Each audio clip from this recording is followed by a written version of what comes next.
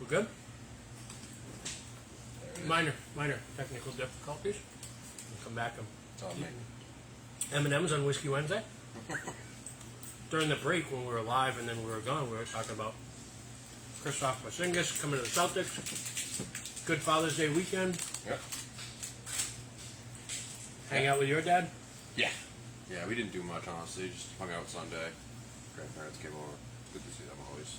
At least it was a nice day. Yeah, it was beautiful outside. Saturday was garbage. Yeah, Saturday was tough. But, yeah, we sold a lot of whiskey here. We had the Buffalo Trace rack out. Sold some Eagle Rare over the weekend. A little bit of Blanton's. What do we do with it? We sell it. When we've got it, we put it out, we sell it. There it was. So hopefully somebody got some good bottles. And yeah, here we are. You know, last week we talked about barrel picks. And so this week kind of ties into that in a couple of different ways. One, the first barrel we ever did was Jefferson's. And that was maybe 7 years ago now. That's great. And every barrel tasting is a little different. That one was really cool. One, because Troy Zeller was there, who's the guy behind the brand. And we get to taste a bunch of other stuff too. Every place, I had 3 different samples. Charlie was sitting next to me. He had 3 different samples. Mike was next to him. He had 3 different samples. So we had collectively 9 barrels to choose from. Then, and then there was a whole room of people. I think we were out in Norton. We were out by Martignetti, where their warehouse was, or where their offices were at the time. So that was pretty awesome, and we sold that barrel pick, I think, in a month. That first one, it was the first one we ever did, and it cranked. So, again, kind of revisiting the brand. Also, this is a brand that, and we talk about it all the time, of sometimes it just becomes generic. You see it on the shelf all the time. It's always there. And I realized I haven't tasted Jefferson's in maybe 6 or 7 years, maybe even since that barrel pick came in. I know you haven't had it in a while. And I think the last thing I tasted was the Pritchard Hill, which we don't have in stock right now, but it's their version finished in red wine barrels. So a little bit about this brand before we get into it. Again, created by Troy Zeller 26 years ago. They've been around. Troy's dad is a very highly regarded bourbon historian. So he wrote bourbon history books. I think we actually got one of them when we were down there. So he was big in the bourbon community. Their great-great-great-grandmother was arrested for illegally distilling spirits at some point in the family. So there is some lineage in the industry to them. What does make it a little complicated is Troy Zeller is what we would call a rectifier, which sometimes gets a bad connotation, but it really isn't. So they don't make whiskey. Okay. They buy barrels from other distilleries and they blend them together. Again, the art of the blend is really everything. But the murkiness is you don't really know where the juice comes from. That being said, if it's good, and it doesn't really matter. Also, no age statement, so that also kind of makes it a little bit murky, seemingly. But again, if the juice is good, then the juice is good. And I'm sure he's probably got non-disclosure agreements with all the distilleries that he deals with.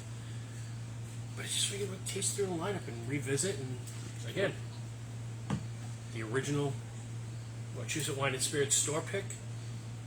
Cool bottle. Yeah, it's definitely unique. When you see that bottle, you know it's Jefferson. So this is just the base model, Jefferson's, $35 on the shelf. It's interesting because Thomas Jefferson himself wasn't a spirits guy. He was a wine guy. Okay. George Washington was more of a spirits guy. Not really sure why they chose to go with the name Jefferson. But kind of cool bottle. You can see Jefferson through the back. Yeah. Very small batch. Blend of straight bourbon whiskeys. No age statement on this, so we know it's at least 4 years. think it's like 4 to 7. If you do a little digging on the internet, you can figure it out. And we're looking at 82.3. So for the proof hounds, This ain't for you. it's not for you. I feel like we have been drinking too much low proofs recently, so Yeah. it's gotta be nice, honestly. And again, I was just talking to a customer earlier, kind of a new customer, new to the family, and he loves all the barrel proof stuff, which is perfectly fine. Yeah, like we like. But it also doesn't always have to be that. And we were talking about he was doing bourbon tastings at his house with his friends who aren't really big bourbon drinkers, and Yeah. when you crack a Elijah Craig barrel proof for somebody who's not used to drinking that, it can be a little hard to kind of choke down. You're gonna make them want to not drink whiskey more than you're gonna make them want to drink whiskey. And I had him try the 2 barrel picks that I had you try last week, and he loved them Yeah. both. But we were kind of talking about the Yellowstone at 109. We maybe have 6 glasses of that in a night. But the Ezra at 126, you're probably having 4 Yeah. or 3, depending on if you got to work in the morning. So there is a place for lower proof stuff. Pretty standard bourbon nose. Yep. Nothing crazy or too out there.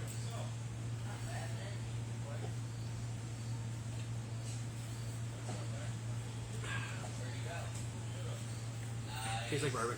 Yeah. It's definitely got a little bit of wood finish to it. It's approachable. It's simple. It's not too crazy. Kind of reminds me a little of like a Basil Hayden. Yes. Soft, sweet. If you're somebody out there who's like, I want to get into this bourbon thing, and you want to start small, It's a good baseline. this is a really good baseline. It's a really good entry point. Yeah, I mean, you could mix that with lemonade, you Yeah. mix it with Coke, drink it straight. Just nice, simple, easy to drink. I've been going like at my house where I'm just drinking my sippers. I've been doing a little bit of lemon juice in it. All right. And I don't know what it is, but like the citrus or something just kind of like blends well with like the corn and all that stuff. I think bourbon and citrus is a perfect marriage. And Yeah. bourbon and lemonade, like Yep. if Yeah. if my body could handle the sugar, I would be drinking bourbon and lemonade Yeah. all summer long. I've been doing a lot of just bourbon and diet. Yeah. That's the way to go. Yeah. Can't go wrong with it. Again, on some of those nights when it's really hot, like Don't want to suck some that up. cubes, some cola, just crushing through Succession. On your word, I'm about halfway through season 3. It's bonkers. All my friends have been telling me it's like one of those shows that just progressively, like there's not a bad episode. No, They're like mini movies. yeah, they really, really are. That the acting is unbelievable. The story is insane. It's cool because we don't really see a lot of shows like that where they talk, like when they're talking business, they're saying some words that like a lot of us don't really even understand, but you're still so captivated and you're like, ooh, he's doing this with what? Like you don't even know what the word means, but you're like, no, he's doing that. Yeah. It's awesome. It really does remind me of Billions Yeah. on Showtime, where like I shouldn't care about Billions, like I shouldn't care about Yeah. those characters, and yet you're so captivated by the politics and the sort of human elements and the betrayals and how everybody's got to play and the angles, and yeah, it's It reminds me a lot of a show called Suits. It's kind of the same, like super business savvy, and like one of the scenes is them all like this dude's sweating and thinking in his head because he's looking at someone's business card and he's like, oh my god, like he's talking about the color of it, the letters on it, and the lettering, and then like somebody else brings up theirs. He's like, oh my god, like it just little stupid things that you wouldn't think that you would be interested in, and you're like, wow, yeah. I'm locked in right now. Yeah, and I think the writing, the dude who plays Roman on that show, He's awesome. who is Macaulay Culkin's brother. Yep. I didn't From find Home out Alone. until later either. But then you say it, and they look very similar. The writing and his acting, like the lines, the things that come out of his mouth, are just insane. Yeah, he's probably one of my favorite characters. He's awesome. And I think Sarah Snook, who plays Siobhan, Yeah. She is unbelievable. Yeah. I really think everybody in that show played their role near perfect. Yeah, I mean, the guy who plays Logan Roy is awesome. And the guy who plays Kendall is just bonkers. And what's the older brother's name? Connor. Connor, the dude who's like his assistant. Greg? Yes. I love his character. Yeah. Because he's such a sniveling little rat. But Connor was the kid in Ferris Bueller's Day Off. Oh, yeah. I didn't even put that together. When you look at him, you're like, oh my god, Yeah. I forget his name now in Ferris Bueller, but he was the one whose dad had the Camaro that they drove out the window. And he literally still looks like the kid from Ferris Bueller, just old with a gray beard. But yeah. That's hilarious. There was the one episode, it was Tom's bachelor party, and they went like into the railroad track thing, like in the tunnel, and then they go up into the party. And the guy Greg is supposed to be like looking out for Kendall, and he's like, "I need you to get me something, ketamine." And then it would be like 5 minutes later in the scene, he'd just walk by him and go, "Ketamine." And that was a great episode. That was insane. And yeah, you shouldn't laugh at ketamine, but just the way it all played out. We don't advocate using ketamine unless you're actually tranquilizing a horse, which is what it's used for. Bottle number 2, and this steps up. Again, this is your base model. This is, what do they call it? The very old small batch. So they don't use a ton of barrels, but this is like 8 to 15-year-old bourbon. A little bit higher proof. Wood stopper on the top. Great packaging.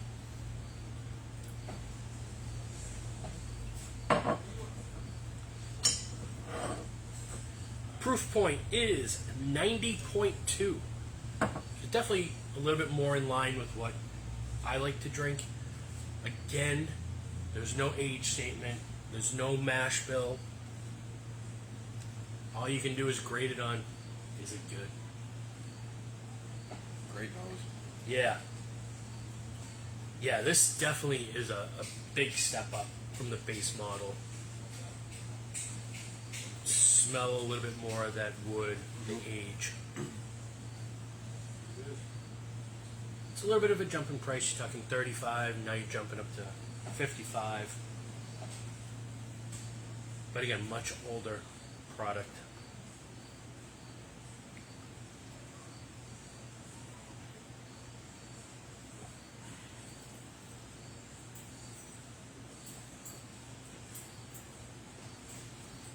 Still got the same softness and sweetness to me. I do got like a little bit of spice and wood. Yeah, I get a little bit more wood spice. I got definitely newer wood in that, and then this one's a little bit more like toasty. Yeah, it tastes like it's a little bit older, for sure. That's good. I like that. I like that a lot. And again, it's just a great bourbon. No 90 proof isn't way up there, but it's not 125. But it makes it incredibly drinkable to me, and that to me, this I would mix with lemonade or cola, or drink straight, do shots of. This is a little bit more Manhattan, old-fashioned Sazerac, like a heavier whiskey base cocktail to me. And to go back and proof point stuff, I saw a video the other day of this guy had an unbelievable whiskey section in his basement, just anything you can think of, literally. And he was like, "There's one bottle you can't drink in my house. It's for me only," and stuff. And he's going through it. He's got Blanton's, Nips. He's got everything. Well, like everything you can think of. He's like, "You can have that. Everything's for free." And then he pulls out an Elijah Craig single barrel. He goes, "Dude, you're not drinking this. This is mine." I just thought that was funny because he had the most prestige bottles you can think of, and he doesn't care if you drink them. He has this Elijah Craig single barrel. That's his, and it's only his. I thought Nice. thought that was cool. All right. How are we looking out there?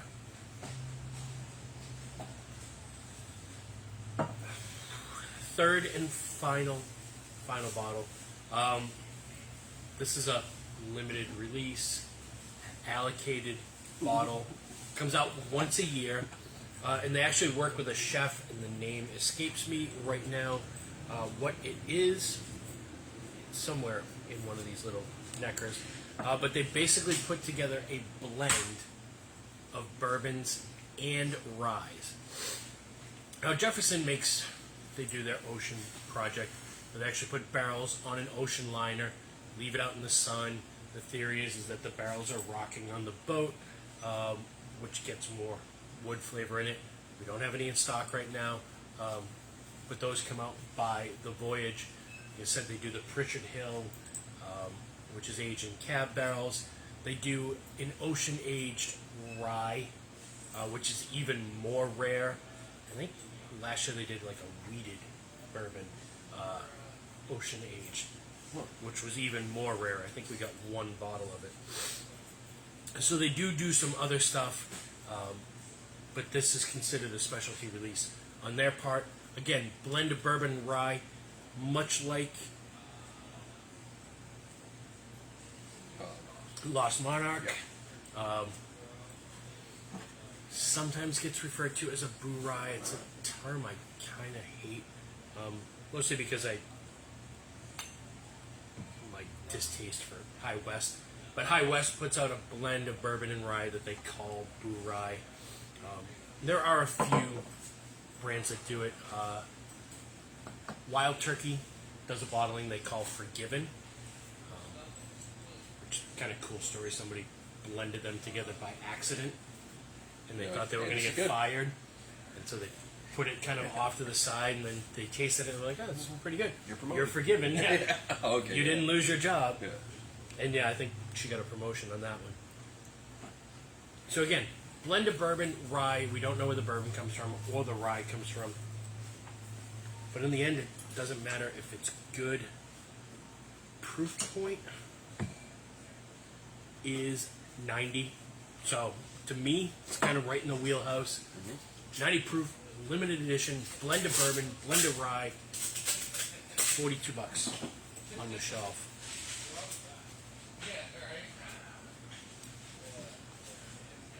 Right away, like I smell the rye. The nose is so different than the other two. And that's the freedom that they have because they don't make their own stuff. So they can make 3 bottlings and have them all be completely different because of where they source and how they blend. So you said it's not right. They don't tell where it. They don't tell where it comes from. And, you know, I got to think with a project like this, maybe one year they get some bourbon from Heaven Hill. Maybe one year they get it from Beam or Turkey. It allows them the freedom to source from wherever. And it becomes less about the ingredients and more about the final Product. blend. And we've seen that like Redwood Empire. It's the art of the blend is where all the magic happens. And even Jeff Duckhorn saying like he doesn't want to be the master distiller, he wants to be the master blender. Yep. All right, here we go.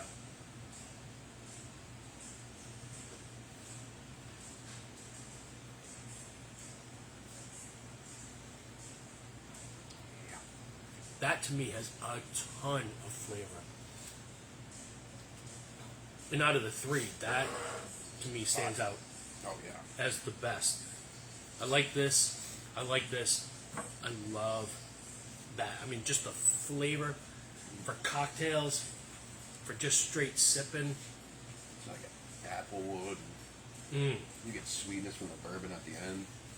Yeah, there's a lot going on there. I really like that. Wow. Yeah, I think sometime we put that up against like Lost Monarch and just Yeah, do a little comparison.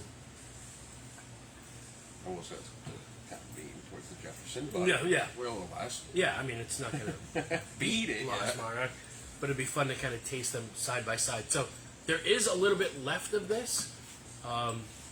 Again, and I feel like that for a limited release is kind of sadly overlooked. Like, Yeah. for $42 for that, kind of flavor, Wow. I was expecting like more, to be honest. yeah, Wow. that's so much flavor.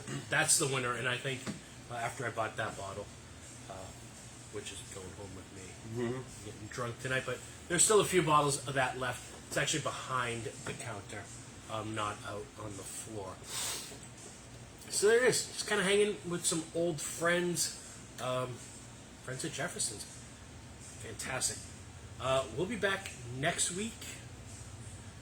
We're going to do a top 5 so far of the year. We're kind of at the midpoint of the year, so we'll do our Love it. top 5 whiskeys, maybe top 10. We'll Okay. see. Any thoughts on what you've tasted so far this year?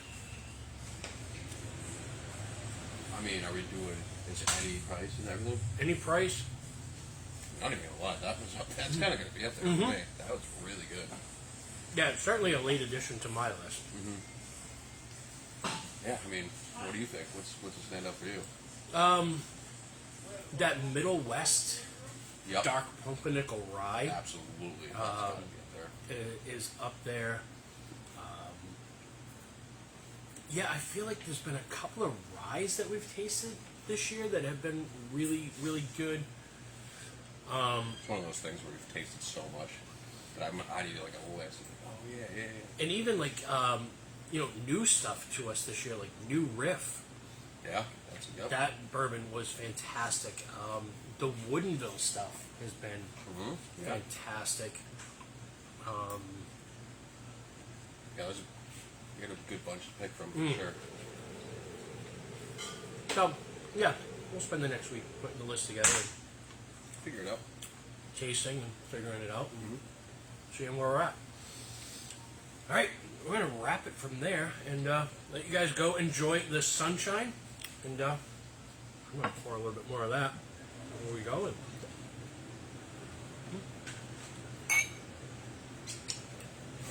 Cheers, guys.